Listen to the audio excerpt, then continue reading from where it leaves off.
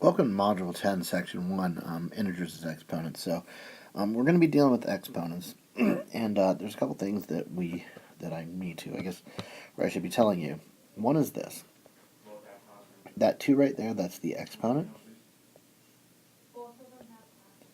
And this 3 is called the base. And really, what this is telling us is the exponent tells us how many times we're multiplying the base together. That is the definite meaning of this. So we read this as 3 squared, or 3 to the second power, but it means 3 times 3. So that's the meaning of this. And then if we evaluate this, 3 times 3 is 9. So down here we can say 3 squared is 9. Now, here we can say this is 2 cubed, or 2 to the third power. Its meaning is really, well, the exponent tells us how many times we're multiplying the base together, so we have 2 times 2 times 2. That's the meaning of this. If we evaluate this, this is just going to give us 8. Okay? And this extends to whatever we have. Over here, if we have x to the 6th, well, x to the 6th is nothing more than, 6x is all multiplied together. So the meaning of this, 1, 2, 3, 4, 5, 6, that's what it means. We write it as x to the 6th. So there's a couple rules of exponents, and I want to generate what these rules of exponents are and kind of show you how we get there. So I guess I can't get this 3 squared gone, but whatever. So the first thing is a to the first power is just a, which I think that makes sense. Anything to the first power is just itself. We're really multiplying a once, so we just have 1 right there. Now the second rule we have is this over here, and I want to show you how we get that. And let's just think of it like this. Now if we have m to the third times m to the second, we can go back to the definition of what these things mean to derive some meaning. So m cubed means we have 1, 2, 3 of those. M squared means we have 1, 2 of those.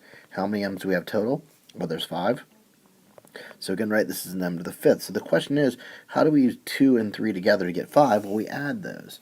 And this is exactly what this rule is saying. If we're multiplying like bases, up here we have a base of m and a base of m. When we're multiplying these like bases, we add the exponents. So we add the 2 and the 3. That's what this rule is saying. So moving on to this next rule. Now consider if we have x to the 5th over x squared. Well, we could write out what this means. We have x, 2, 3, 4, 5, and we have x squared, so xx. Now here's the thing. If we have 2 divided by 2, that equals 1. 3 divided by 3, that equals 1. So x divided by x, right there, that's a 1. X divided by x there, that's a 1. What are we left with? 3 x's, so that's x to the third. So the question is, how do we use 2 and 5 to get 3? Well, we subtract. So anytime we're dividing like bases, we subtract the power of the denominator from the power of the numerator, and that's exactly what this rule right there says. Okay? So moving up into these next rules, the next two are a little bit weird, and I'm just going to prove why, in fact, these things are the case. You're not responsible for the actual proofs that I'm doing here. You are responsible for being able to use the rules. So this a to the 0 equals 1. Now, one thing I could say is this. If we have x to the third over x to the third, this equals 1. Because we know anytime we divide something by itself and it's non-zero, that is 1. So x to the third divided by x to the third, that's 1. We can also use this rule that we just developed over here to subtract the denominator's power from the numerator. They say this is x to the 3 minus 3. 3 minus 3 is 0, so x to the 0. Now, if all of these things are equal, we can say that x to the 0 equals 1. That equals this. So that essentially is what we're saying. So anything that's non-zero, so as long as a is not 0, 0 to anything to the 0th power is in fact 1. So that's why that actually occurs. So this next one, I'll show you how it kind of works, and then I'll prove why it works. But the way that students generally understand this is a to the negative n, we could say that's a to the negative n under 1. If we want to make this a negative exponent positive, we move it down. Notice, we move that down, this becomes positive. Now, the reason why this happens is because of this reason right here. Now, I could say that 1 over x to the third. So let's just say we have 1 over x to the third. Well, I could write this, because anything to the 0th power is 1, I could write this as x to the 0th power over x to the third. But using this rule we have right here, anytime we're dividing like bases, we could subtract. So this is x to the 0 minus 3.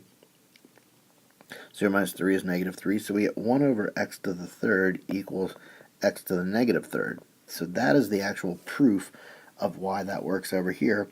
But the thing to keep in mind is if we're trying to make negative exponents positive, we move it across the said division bar. So, and it's because of that rule of subtracting right there. So we're going to simplify some of these expressions and see how that works out. So when we're simplifying this 2/3 of the fourth, this really is 2/3 times 2/3 times 2/3 times 2/3.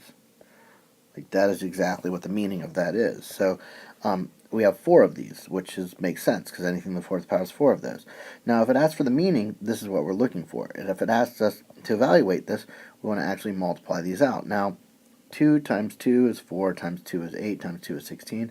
So we have 16 in the denominator. 3 times another 3 is 9, times another 3 is 27, times another 3 is 81. 16/81. So that's that one right there. Now, if we're looking at this next one, negative 3 halves to the third, well, negative 3 halves times negative 3 halves times negative 3 halves. So this right here, when we multiply all these out, are negative 3 halves. When we multiply these, we're going to get negative, because if we multiply two negatives together, it's a positive, but then times the third negative is a negative. So anytime we have an even number of negatives, it's going to be positive. Anytime we have an odd number of negatives, it's going to be negative, because we have 3 of those, which is odd. That gives us a negative. And then just like we would do with fractions, we multiply straight across. 3 times 3 times 3, 27. 2 times 2 times 2 is 8. So that is negative 27/8. So if we look at this next one here, this is said 7p squared. This is said 7p squared.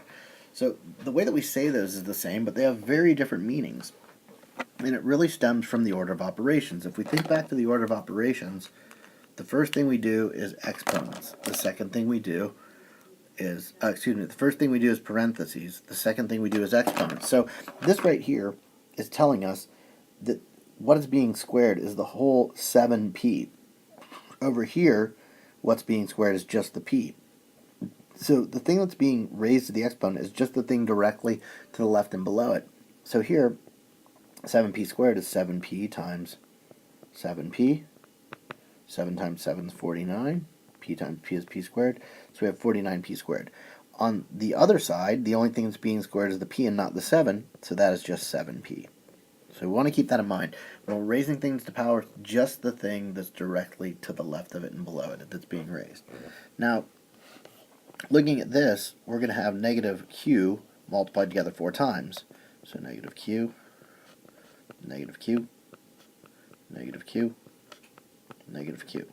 Now, one thing I can tell you for sure is because we have an even number of these, 1, 2, 3, 4, total of 4 of these, this is going to be positive because these cancel in pairs. Negative and negative is a positive, negative and negative is a positive, positive times positive, positive. So, it's going to be positive. Then the next thing is q times q times q times 2 is q to the fourth. And that's what we have there. Now this, the only thing that's being raised to the fourth power is the q, not the negative. So this is just negative q to the fourth power. So once again, we need to be very conscientious about what is actually being raised to the said power. So we got 4 more of these, and then that'll be good. Now this next one is using the rule that anything raised to the 0th power is 1. Now the question is, what is being raised to the 0th power? The a and the b. So the ab is being raised to the 0th power, so that is just going to be 1. Same thing over here. Anything to the 0th power that's non-zero is 1. 2/3 is not 0. The whole thing is being raised to the first power, so that's 1. Now, this next piece down here, if we have 4ab to the 0th power, what's being raised to the 0th power there? Well, it's just the b, not the 4a. So this turns into a 1. So we have 4a times 1, which is just 4a. And it's multiplication because when we have 4ab to the 0th, it's really 4 times a times b to the 0th. There's this implied multiplication there.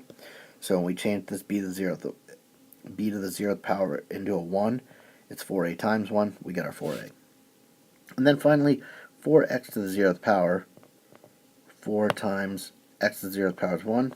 4 times 1 is 4. And that is it. So hopefully this made sense. We're going to come back and use those rules of exponents again in the next video.